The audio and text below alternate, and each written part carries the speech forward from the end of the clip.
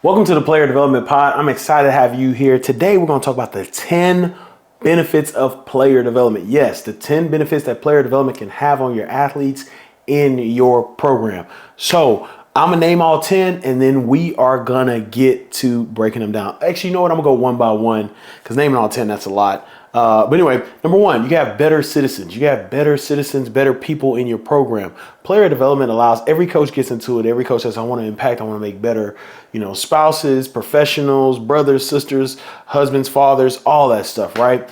And that was my experience in football. And so, well, how do you get that done, right? Everybody can say that, but you have to have a plan. But one of the benefits is that this can truly happen.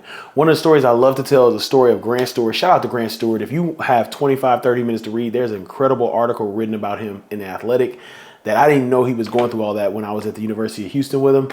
But just incredible. But my story is Grant had this incredible infectious smile. He had all this hair. He had a great personality and people liked being around him. So I'd always say, Grant, man, you need to get in the community. Grant, you need to get in the community. The community needs you. Houston needs you. And he'd be like, nah, coach, I don't think I'm ready. So I would come in and he'd take off running away from me in the locker room. And hey, y'all, I'm a big guy. I had no shot. Grant had just finished winning the 4x4 in the state of Texas. He went viral for diving past the finish line to win or place. Can't remember if they won or placed. But anyway, he can move. And so as time went on, I kept asking him. He finally came and did something. You can see it in this picture here. He finally came and did an event. But what happened after he did this event is there were some things happened and we got let go as a staff. And I was driving to Kansas. I had a 12-hour drive from Houston. So let me tell you a little bit about myself. My name is Ed Jones. I'm the founder of Beyond the Field. I worked in player development at Houston, Kansas, and Baylor. So as I was transitioning from Houston to Kansas, I had a 12-hour drive, so I was calling everybody, and Grant was one of the calls I had, and Grant was like, man, coach, I appreciate you. Like, I really need to get in the community. I appreciate you, man. I'm going to do more in the community. And so it was really, really cool. I was like, all right, cool, excited. I'm excited. Let's make it happen. So anyway, I'm at Kansas, and Grant starts balling out on the field. He's a great football player. He starts balling out on the field. He gets invited to the NFL Combine. He has a pro day that's coming up, and what he did was he took all the measurements that he did, his 40, bench press, vertical jump, all those measurements, and he used them and people would say, hey, I will pay this much. But basically, he raised money to stop sex trafficking in the city of Houston. So that was incredible. I remember reading that, and I got to text him. We got to talk a little bit. And it's incredible. He's a family man now. Like I said, that article you want to read is incredible. But it was awesome to have some type of aspect into challenging him to be in the community. You get to create better citizens, better people. And he went from a guy who didn't do any community service to a guy who is doing so much for people that may never ever meet him and helping stop sex trafficking in Houston. That is incredible. And so that's the one benefit there of player development. Second is self-confidence. Another benefit of player development is self-confidence. You can help build the self-confidence of these players. A lot of people say, oh, well, this guy's 6'4", 250. He don't have no confidence problems. Yes, they do. I used to tell my friends all the time, they're just big kids, right? Somewhere between 16 to 24 I had. 24-year-olds are growing. They're not kids, but they're still building. Their minds are still growing. They're still building as I serve men in college football. And so one story I have is a cornerback we had named Javian Smith at the University of Houston. Javian was a really good player. We only took 2 cornerbacks that year. He was one of them. And he was having a tough fall camp. I ain't gonna lie to you. It was a tough fall camp. We had a veteran team.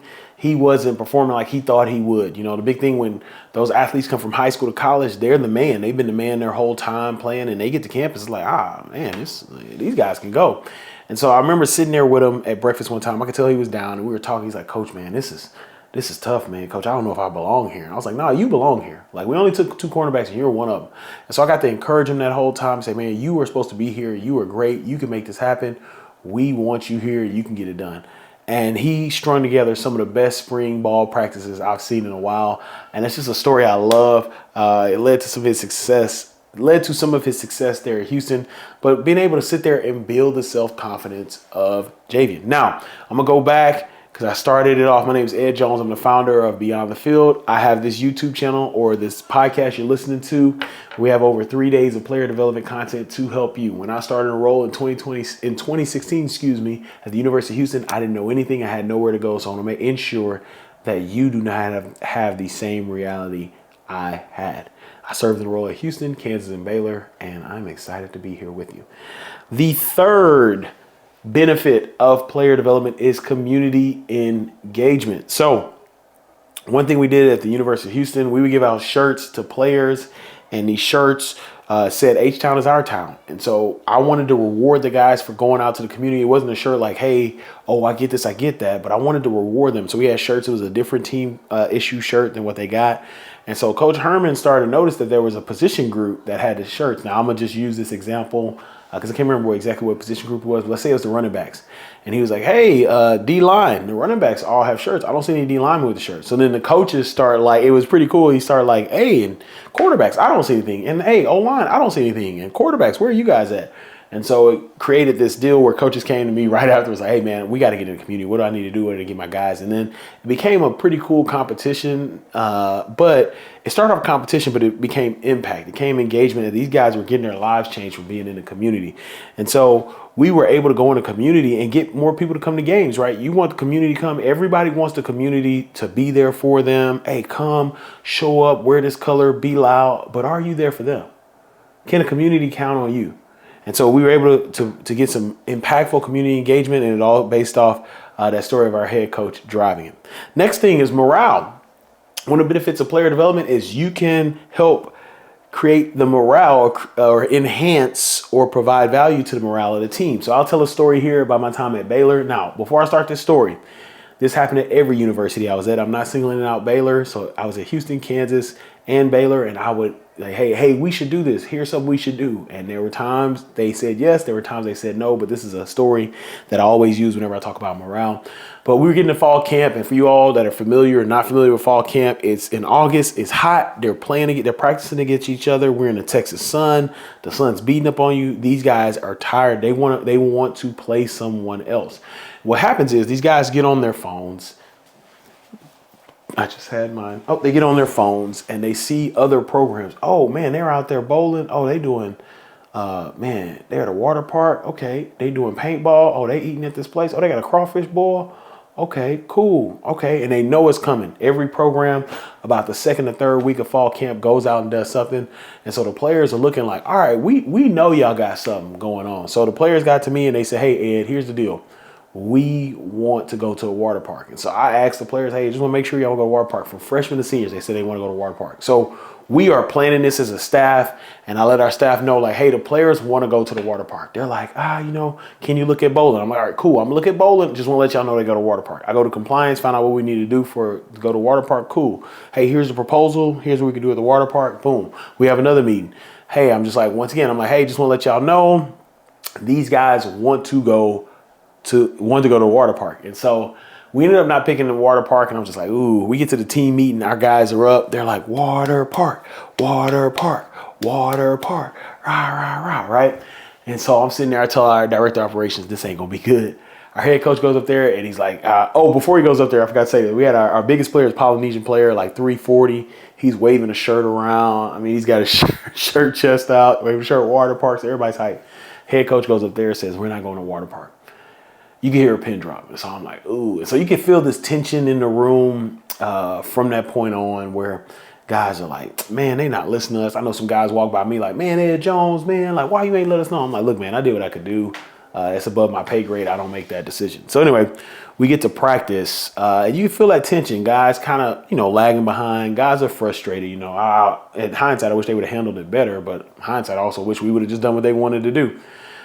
And then we have three of the biggest fall camp fights I've seen. Like, I'm just like, whoo, like back to back to back. So we have all these fights. I'm frustrated at the players for fighting. I'm frustrated at the staff for not listening to me. So we end up going to walk-ons, which I was like, hey, they don't need to go nowhere. Them fights, they need to go, send them to the showers and send them home.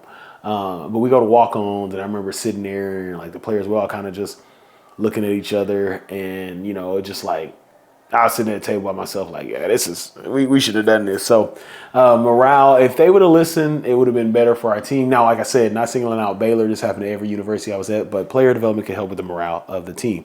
Now, speaking of morale, we have some really good morale going on in the player development community, as a player development summit will be May 29th through the 31st here in Kansas City. I want to see you there. All the information you need is in the show notes.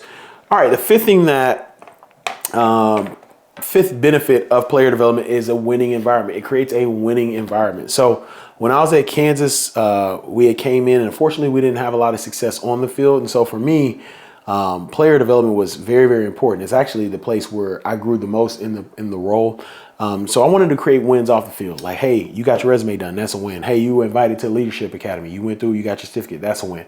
Hey, you got your semester high GPA. That's a win. And so we wanted to create wins off the field because unfortunately what happened on the field. And so as time went on, I transitioned to Baylor, and Kansas actually got to a bowl game in 2022. And I remember texting the staff, and I was like, hey, man, I'm so proud of y'all. Some people on the staff that I work with, y'all have done a great job helping those guys get there. And this person texted me back and said, hey, you're a part of this too. You helped them understand what it was like to win off the field, and now they understand what it is to win on the field. And I just remember being like, whoa, that was huge. Like, that was my game plan, but I didn't realize that it actually happened that way. And so I always cherish that text. It keeps with me. Shout out to Emily Ellison. Emily, I don't know if you're watching this, but thank you for that text. But yeah, it can create, player development can create a winning environment in your program. I'm a big believer now that winning is winning, right? You hear the stories about Michael Jordan and some of those guys, the competitiveness, like, no, we're going to play till I win, whatever. Winning is winning. All right, the sixth benefit of player development is identity engagement. And so with players, and specifically in football, when you're bigger, stronger, faster, and quicker than people early on, you're already identified as you're going to play in college football, you're going to be in the NFL. And so a lot of players young, this happens and could happen in little league, middle school, high school, and they're just thinking football. That's their whole entire identity, right? And so you say, well, you know what? Hey, just want to let you know, like, you have some other skills too. You have some other things that you do well as well, or other things you do well. And so one of the stories, this is JT Woods when I was at Baylor. He was one of our better players, played in the NFL, is in the NFL. And so JT was a leader, and he didn't see it. I said, JT, one time at breakfast, I challenged him. I was like, hey, man, you're a leader. He's like, Coach, I'm not a leader, man. I'm not getting in front of people. I don't do the rah-rah speeches. They ain't gonna vote for me. I said, no, you're a leader. I said, watch this. At this breakfast, tell me how many people come and talk to you. So he said next to me, I said, all right, cool. You saw a lot of people talk to you. Were they all seniors? Nah, Coach, it's freshman walk on, this person. I said, yeah. So you're a leader. And he's like, man, I'm not a leader. So I challenged him on that. And so I was like, let me look at why. I started studying like why, or how I could communicate. He was a leader, and it actually came down to communication. He was one of the best communicators on our team. JT could talk to someone, a 13-year-old at our youth camp, to a baby boomer working in the athletic department. He could talk to everybody, listen to everybody, and they all could understand what he was saying. So he's a great communicator, and I told him that. I was like, man, you are a really great communicator. He's like, Coach, nah, man, like, I'm not a leader. I said, but you're a great communicator. Your teammates trust you. They come to you. They can talk to you. And so it was great seeing him actually dive into that during that season. There were moments where he made big plays, and he communicated to guys who needed to make plays for us. And he's like, hey, you can get it done. So shout out to my guy, JT. But in the role, you can help these athletes understand their identity. Maybe it is communication. Maybe they're a leader. Maybe, someone's really good at art, science, whatever it is. But you can engage their true identity and not make it just sports, just their athletic identity as it is referred to in academic cycles, right? Academic identity, and they call it identity forfeiture, right? So I forfeit my true identity of who I am because I just want to be an athlete. It's like, no, you're going to live a long life. Like, how can we help engage the identity of the players? Strong alumni engagement. I'm actually going to do a podcast episode on this, but player development, the seventh benefit of player development is a strong alumni engagement. You can build a strong alumni pipeline, ecosystem, whatever you want to call it, through player development. The three ways you can do this is to build, maintain, and expand. Like I said, I'm going to have a player development podcast episode on that where I'll dive deeper. But hey, build new processes, new systems, maintain the relationships you have, and then of course, expand those that are there. Expand new areas of those relationships. So one thing we did at the University of Houston, it was called, so basically at the University of Houston, let me go back. Tom Herman came from Ohio State, where he was a head coach. Ohio State has a really good alumni ecosystem. And so he said, hey, Ed, I want you to create an event. We got to get our former players back here. At the University of Houston, Bill Yeoman had coached for over 2 decades, and every coach after him, nobody had coached more than 7 years. So we had this strong alumni group for those who played for Coach Yeoman in those 2 decades, and then we had all these other coaches. The only other thing that was helping us keep these coaches or this group of these coaches together was Doc O'Shea. Shout out to Doc O'Shea. He was an athletic trainer. He had been there for over 2 decades as well. But what happened was a lot of these coaches in that frayed of 7 years was the most. You had some for 1, 2, 3. They would turn away players they didn't know. Players would come back, and I was on the phone with alumni trying to get them there. I had grown men crying on the phone, like, man, he embarrassed me in front of my kids. Man, I could never come back. And I'm like, no, we want you back. But basically, it was a lot. So we had to do a lot. And so what we did was we created something called the return. And you can look at the pictures here. We have some pictures here, but we created the return. And basically what it was is we invited everybody back, all the players back. We put out jerseys. We put out trophies. We basically made it into an official visit, like we were re-recruiting them. We brought some of them. They hadn't been in TDECU Stadium, or the new on-campus stadium, so we brought them back to campus. And we just loved up on them. They were at practice. They got to talk to our players after practice. We brought them up to the club. We had some drinks. We had some food for them. Like I said, it was a family affair. We continued to build this. But this was something that, we did it again. I think they are continuing to do it now. But you can build, no matter where your alumni ecosystem is, maybe it's frayed, maybe it's strong, player development can continue, like I said, to build, maintain, and expand on that. Now, if you're listening to this and you're saying, man, you really dropping some dimes, I really would like for you to help me, or how can you help me? In the show notes, there's a link that says, here's how Beyond the Field can help you. Click that link. Let's work together. I want to help you create the impact that you want to create in the lives of athletes that you serve. All right, number 8. The number 8 benefit of player development is branding. Now, I know when you hear branding, some of you all probably have already checked off mentally because you think likes, retweets, follows, all that stuff.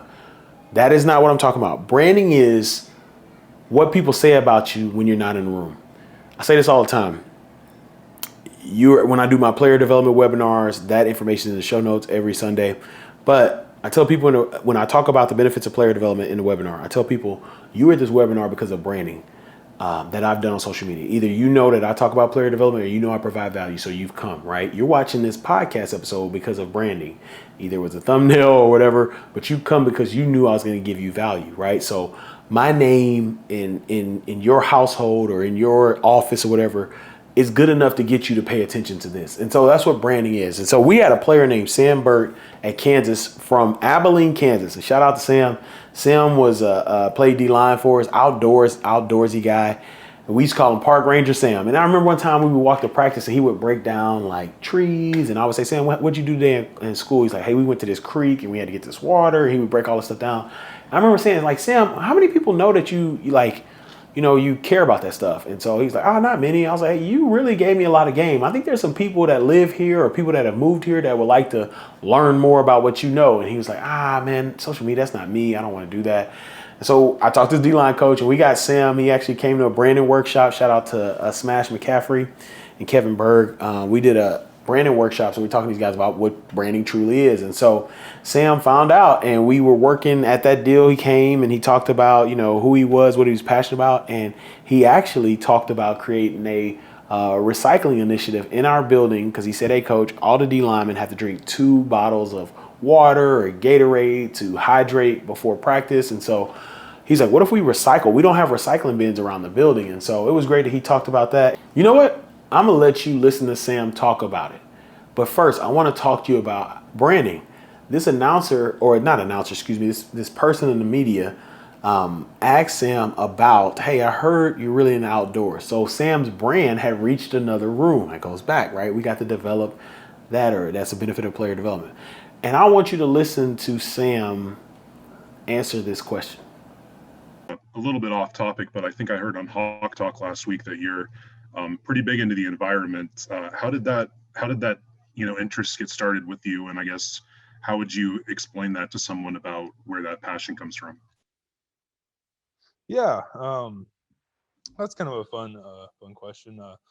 I really enjoyed. That's how I got into it, is kind of going hunting, fishing with my dad, and just my parents made a big emphasis on taking us on vacations to national parks when we were kids, and just getting outside and a love for nature is something I really enjoy doing. And so I just kind of flowed from that, and I found a major here that kind of worked with that and took it on and kind of went with it. And well, it's funny. We talked Wednesday, the day before the Hawk Talk, about just some things. We were doing like this branding session here, and it's been really good for some guys just to learn how to build their brand and things like that. And we talked about kind of like recycling within the facility, and so that can might be something that I might try to look into to see if we can kind of do and improve upon. So, yeah. Outside of football, what do you think your ideal career is going to be in 10 years? Yeah, I think my ideal career would be in wildlife biology and conservation science, working in national parks and things like that, with like wildlife management. Just just being outside and doing the things I love every day just really kind of inspires me. So that's where I hope to be.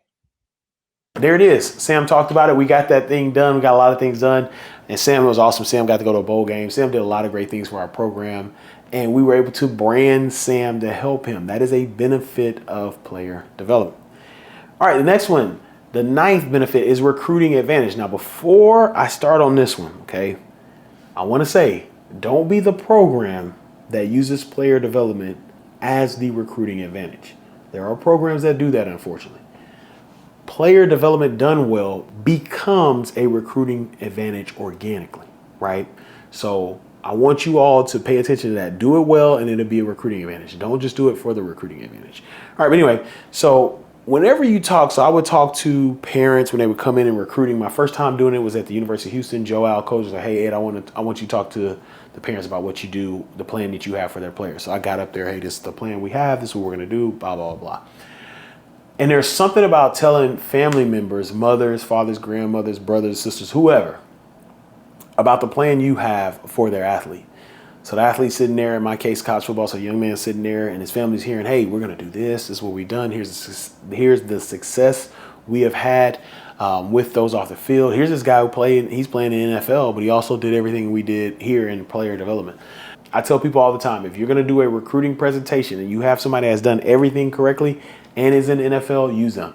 There was Akeem Adeniji at Kansas. He did everything well. He was in every single one of our slides. He did everything academically well. He did everything in player development well. And then boom, we use him in the slides because, hey, you got to use your NFL guys, right? The guys that do well. Because I'm a big believer that player development and being a part of player development, doing everything academically correctly, and then doing everything to develop the athlete does not take away from what they're going to do on the field. But anyway, we had this story. And when you tell these stories, you tell people like, "Hey, this is going to be good for your player," whatever it may be. Mothers, grandmothers, grandfathers, they just, man, they melt. Fathers, they melt. And it's just, you create this because you're telling them this is the plan we have for your player. And yeah, I used to always end with this. This was kind of like a lot of coaches like, "Jones, why do you do this?" I was like, man, because I'm going to do it. I always say, no matter if you come here or not, make sure wherever you go, they have a plan for you, a real plan, like the plan we just shared. And so that was the advantage we used, but we actually did the work. And then the last one here, the last piece of the benefits of player development is generational impact. So you get to create an impact that goes through generations. Like, I love generational impact. I'm going to tell you a story about my grandfather. My grandfather was born in East Texas in the 1920s. His dad had left him. And so at one point he was, big East Texas in the 1920s, you on a farm, you're going to have a big family. He's about, 12, somewhere between 12 to 14 years old. And his mother is breastfeeding his sister and she dies. And he has a choice to do what his dad did, which is, not be there, or stand there and be there for his brothers and sisters. And so my grandfather, he stood there and he was there for his brothers and sisters, and he made sure they got their education. I would love hearing the stories about whenever he caught them skipping or whatever. But he made sure they got the education, but it was at the expense of his. So my grandfather was illiterate. We had to read all of his birthday cards every year. I didn't understand why we read them. And then as I got older, my dad explained to me, "Hey, your grandfather doesn't know how to read. This is why." But what's crazy about that choice he made is I became an educator. My sister became an educator. I have cousins that were educators. There's a whole lineage of educators because he made one choice to make sure everybody else got educated. And it's really cool at the University of Kansas. While I was there, one of my cousins from that side of my family was a professor at KU. And that was pretty cool. My grandfather would have loved to know that he had two people on the campus, one educating athletes and one educating students on the University of Kansas. Now, I'm going to give you a story about a player. This player is Api Mani, my guy Api. Hey, he was a gregarious player. People loved him. They loved being around him. And I would be like, man, you need to get in the community. Hey, y'all see a commonality there. And he was like, man, I don't know, man, coach. I just really like being around my teammates, and that's it. So before the end of the year, I asked him to come. He didn't come. And I was like, all right, man, I'm going to try next year. So he calls me 12:31, and he's in California, so he's 2 hours ahead at on New Year's Eve, he calls me late in the night. And I'm like, oh, please tell me everything's good. Please tell me everything's good. So he's like, hey, coach, I just want to let you know. I said, first thing I say is everything's good. He's like, yeah, everything's good. I said, all right, cool. He says, hey, I'm doing my New Year's resolutions. One of my resolutions is getting in the community more. So I'm like, all right, cool. I want you in the community. We'll do something in January. So we had something squared away at January where we were teaching football at a local elementary. He came there. He had a blast. You can see the pictures there. And he's like, man, I want to do more. So he started doing more. And then COVID hit. It's 2020. COVID hit. And so he went back home to California, and I had to check on every player. We're calling all 120 players, checking on them, making sure they're good, making sure, we were sending food to them or nutrients, supplements. We're sending laptops, different things, make sure they're getting it. So I'm making these calls. He's like, hey, coach, I'm holding a football camp. I had a football camp with my guys, man. I'm loving it. These guys out here are doing a camp. We're teaching them football and all that. And so that entire time he's in California until we came back to campus, he was impacting his community. And now he is a coach at the College of San Mateo there in California. Oh, I forgot to say this. He did so much work when he came back. He was on the Danny Warfel watch list, which is the watch list for college football players who are really big in the community. And so that was awesome. And he's still paying it forward. He's doing a lot in the community. Api, if you see this, man, I'm so proud of you. And he's creating a generational impact in the lives of people in California. So those are the 10 benefits of player development. I'll read them all for you again. Number 1, better citizens. Number 2, self-confidence. Number 3, community engagement. Number 4, morale. Number 5, winning environment. Number 6, identity engagement. Number 7, strong alumni engagement. Number 8, branding. Number 9, recruiting advantage. And number 10, generational impact. So if you are thinking about, man, I need a player development program, why would we get one? I don't know. Those are the benefits it could bring to your program. I'm telling you, the stories I have many stories of impact. It was great to see it. I don't want you to miss out on that. As I always say, go out and create generational impact. Don't wait today. And check out this video right here that YouTube says is the best for you. Y'all have a good one. And once again, if you need any help, click that link in the show notes that says, here's how Beyond the Field can help. Have a good one.